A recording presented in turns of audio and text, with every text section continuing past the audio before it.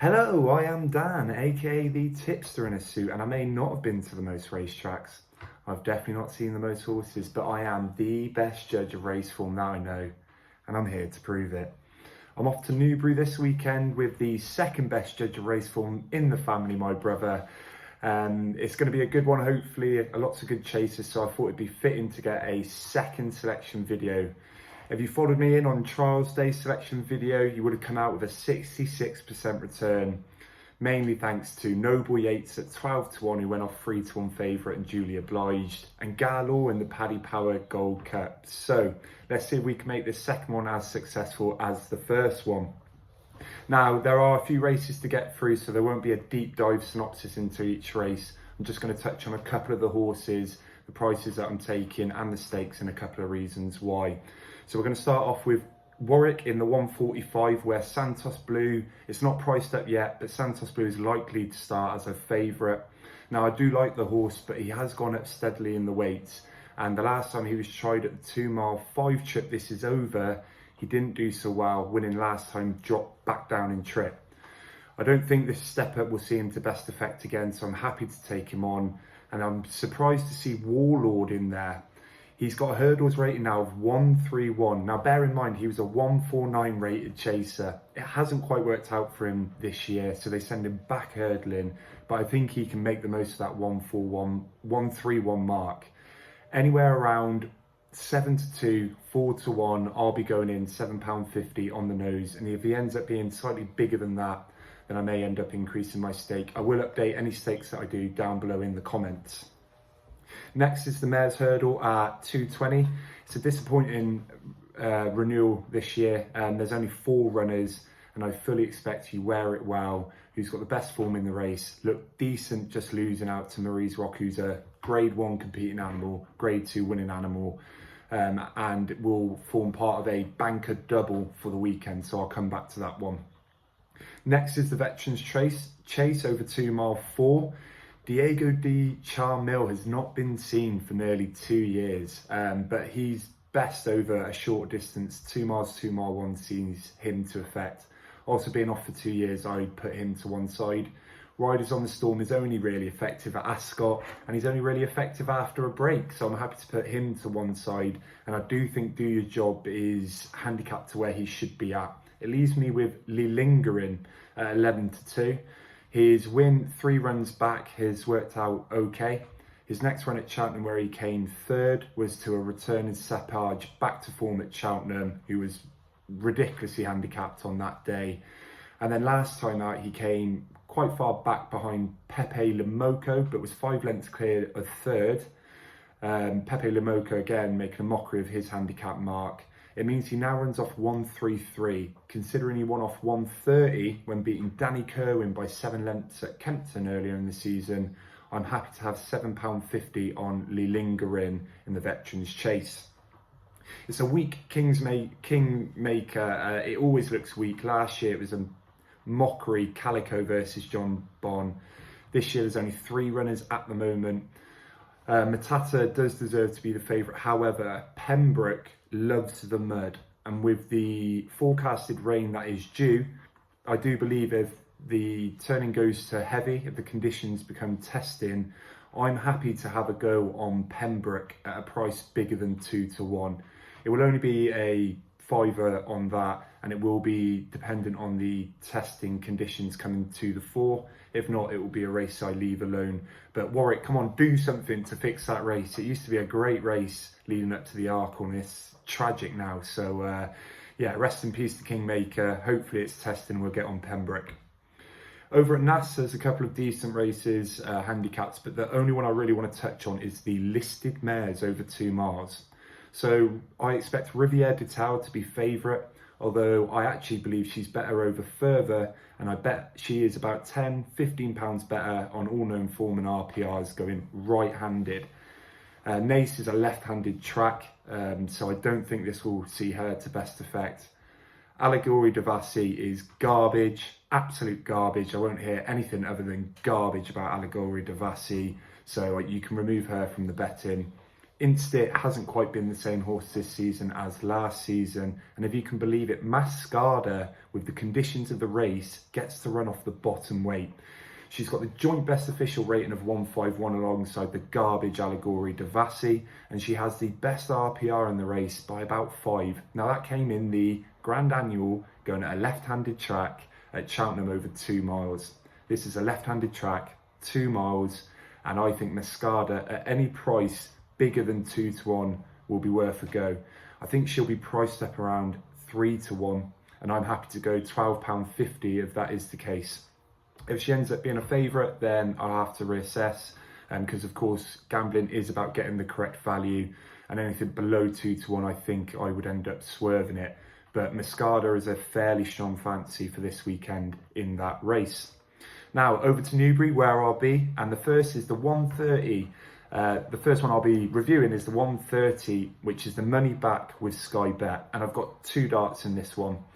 There's a few that I could cover, but I think American Sniper's been fairly exposed now. Young Butler is likely to be favourite, but I'm one I want to take on. And I think Kintara is the one I'm going to be doing it with a £7.50 stake already done at 8 to 1 on Sky Bet. And if he comes second or third, I get my money back. He's looked good and progressive throughout the season with 2 wins as he liked, and he looked like following it up off 1-2-4 until he absolutely blundered the last, and Jai Ford, who arguably had been targeted at that race, came up and won by a head. It was a good battle. I think there's still juice left in Kintara's mark, who was put up £4, so I've had to go on him at £7.50 on the nose. Again, money back. I've also gone for the Enigma that I've mentioned in a previous video on the blind side, who with 365 you get 4 places at 40 to 1. So I've had £5 each way at 40 to 1. I was considering lengthening the odds to only have 3 places at 66 to 1, I believe is currently available, because I do think he'll either go and win or probably bomb out. But he actually looked improved coming back to his best form at Sandown last time, where he came 3rd in a per tenth qualifier, with the second Hititi going on and coming second again off a higher mark.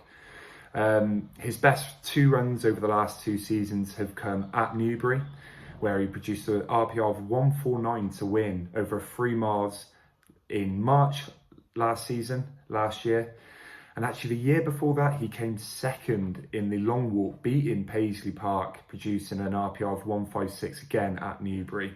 It's clearly a track that he likes. He is a horse coming back into a bit of form, and I do believe this may have been the target to give him that last hurrah before retirement. He's back down to 137, which is the mark he previously won off at Newbury, and I think 40 to 1 is a big price about a horse who is capable of a big run. So that's £5 each way at 40 to 1 on the blind side with 4 places. Next up is the Denman Chase. I'll keep this brief. If Shishkin starts, he definitely wins. Protectorat's in there, and then a bunch of handicappers. Hitman, Does He Know, Sam Brown. They won't lay a glove on the top 2. They are just handicappers. I do think Shishkin is a league and class above Protectorat. Protectorat did battle well at the Lingfield Festival, did give Le Hon Press a good race, but that was a return in Le Hon Press. I think Protectorat is often better when slightly fresher, and I think Haydock was his gold cut. I think Shishkin, if he is to start, 4 to 6, 8 to 13 is an absolute mockery of a price. He should probably be 4 to 9 in my humble opinion. I am worried about Shishkin running this close to the gold cut, but I'm not worried about that. I've got a different selection for that anyway, as you may see. He forms part of my banker double with You Wear It Well. I've put £25 on Shishkin and You Wear It Well, which is 1.54 to 1. I think that is safe money, and I think they're 2 favourites that will go and oblige. The Game Spirit is a interesting race. Edwardstone is at the top of the market, and he ran to a decent enough level in the heavy bog that was Tingle Creek this year behind John Bomb. But I don't think he's the same horse that he was last season. He's now a 10-year-old, and they tried him over further in the 2 mile 4 at Ascot, and he was absolutely put away, with Tom Cannon saying he needs 2 miles. I'm happy to put him to one side at 7 to 4. On the absolute best form, he may go and win it, but I don't think he's there anymore. Boot Hill's the second favourite, and for me, he's a decent enough handicapper, not up to a grade 2 standard. So it's Editor de Geet is getting £7.50 at 7 to 1 on the nose. I think if he's allowed to go and bowl on in front and get into that rhythm that saw him win a Clarence House beating a Nergamine and Edwardstone, where he battled back to win, I think he could be hard to catch.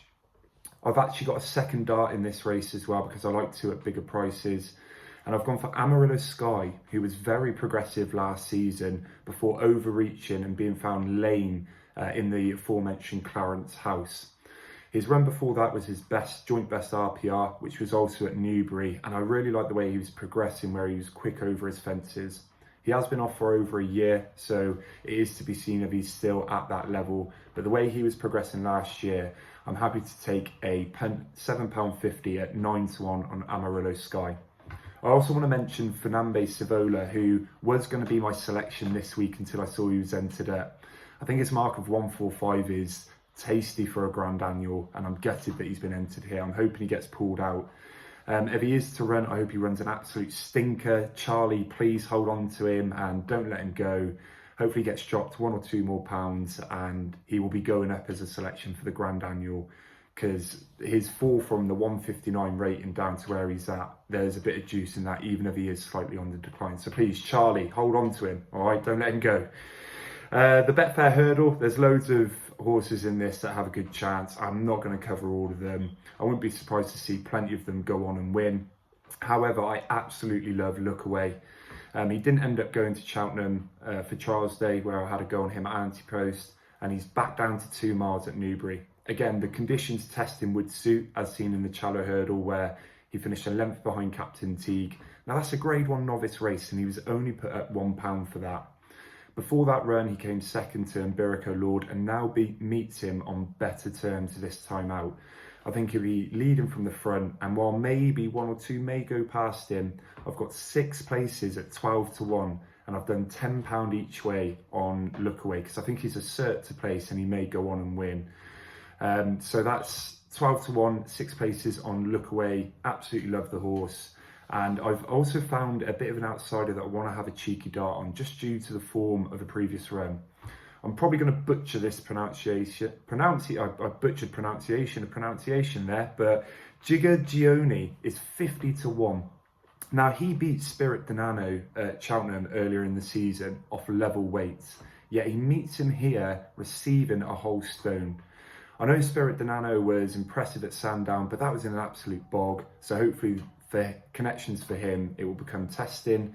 But if Spirit Denano is 14 to 1 and Giga Gioni is 50 to 1, and he's got a stone in hand this time and he's beaten him already, I don't understand the price. I've gone with Sky Bet on that one, which is 7 places in case he runs into a place. And I have only done a £2.50 each way for now. Probably will regret that. I think he may run into a place, but yeah, I've gone for that. I also want to mention, after, it's not priced up yet, but Hometown Boy in the race after. He has incredible form as a novice hurdler, but was off the track for over 2 years. He's in a race that includes Mr. Coffee, who refuses to win, just will not win a race, so you can discount him already. And if he gets priced up at around 9 to 2, I'll be having a complimentary £5 on him as well. Lots of selections there, lots of things that I had to get through, had to rush through that one. Do let me know about any of the selections that I've picked for this week, if you think I'm right or wrong. I may have not gone through each stake, each odds, I can't remember, so I will leave them down below just to be official and confirm what I'm doing. Do let me know your selections. If you are at Newbury, come say hi, it'd be nice, and I'll see you on the next one.